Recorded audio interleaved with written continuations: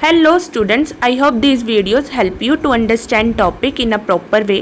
Last video में हमने discuss की थी डेफिनेशन ऑफ वेपर प्रेशर। अब हम डिस्कस करेंगे reason for vapour pressure lowering.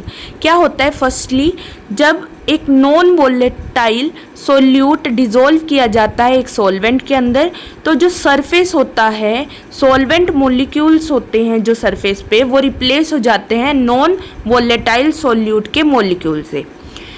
So because of that, और जबकि बिकॉज सोल्यूट जो है वो नॉन वोलेटाइल है, तो वो क्या नहीं करता, कंट्रीब्यूट नहीं करता है वेपर प्रेशर के अंदर, जिसकी वजह से जो सॉल्यूशन का जो वेपराइजेशन होता है वो स्लो रेट पे चला जाता है, जिसको आप क्या बोलते हो, vapour pressure lowering, right. Next यहाँ पे आ जाते हैं एक्सप्रेशन।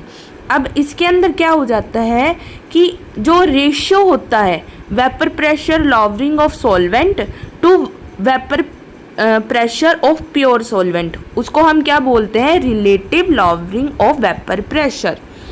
नेक्स्ट आ जाती है यहाँ पे इक्वेशन। अब P1 is equal to x1 किसको दिखा रही थी, मोल फ्रैक्शन को, and P1 not is vapour pressure of solvent. Next यहाँ पे आ गया कि हमने क्या किया, हमने जो रिडक्शन थी वो निकालनी है। अब रिडक्शन निकालनी है, चेंज निकालना है, तो P1 नोट माइनस P1। सो अब यहाँ पे क्या करो, यहाँ से फर्स्ट इक्वेशन से वैल्यू इस इक्वेशन के अंदर पुट कर दो। पुट करने के बाद हमारे पास जो वैल्यू आ जाती है वो आई है P1 नोट और 1 माइनस x1। अब क्या होता है, एज वी नो दैट कि जो मोल फ्रैक्शन जो होती है सभी कंपोनेंट्स की मिला के वो क्या सम देती है, 1 सम देती है, राइट। सो अगर वो 1 देती है, जैसे 1 equal to x1 and plus में x2, अब हमें क्या करनी है, x2 की वैल्यू निकालनी है। सो x2 की वैल्यू आपके पास ये आ जाएगी यहाँ से, राइट, इधर जाके ये क्या हो जाएगा माइनस में। सो यहाँ से x2 की वैल्यू भी आ गई। अब x2 की वैल्यू जो है, यहाँ पे हमने क्या किया कि delta P1 is equal to x2 P1 note.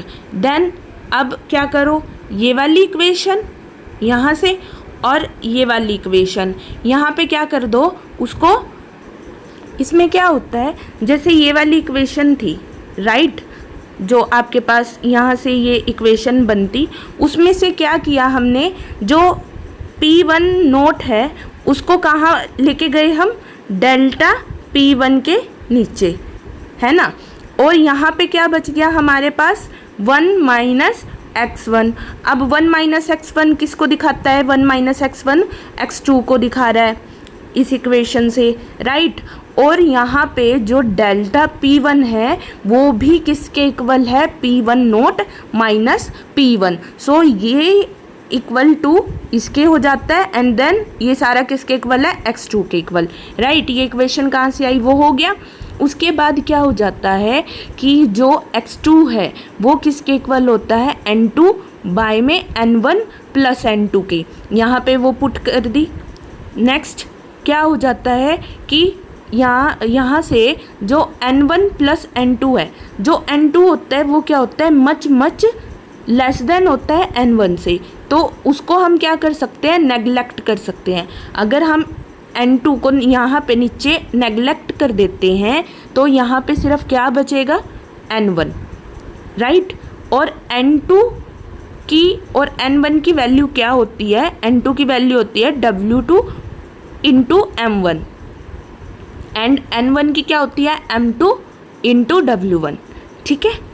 तो यहाँ पे जो W1 और W2 हुआ वो मासेस हो गए, और M1 और M2 क्या हो गए, वो मोलर मास हो गए ऑफ सॉल्वेंट एंड सॉल्यूट।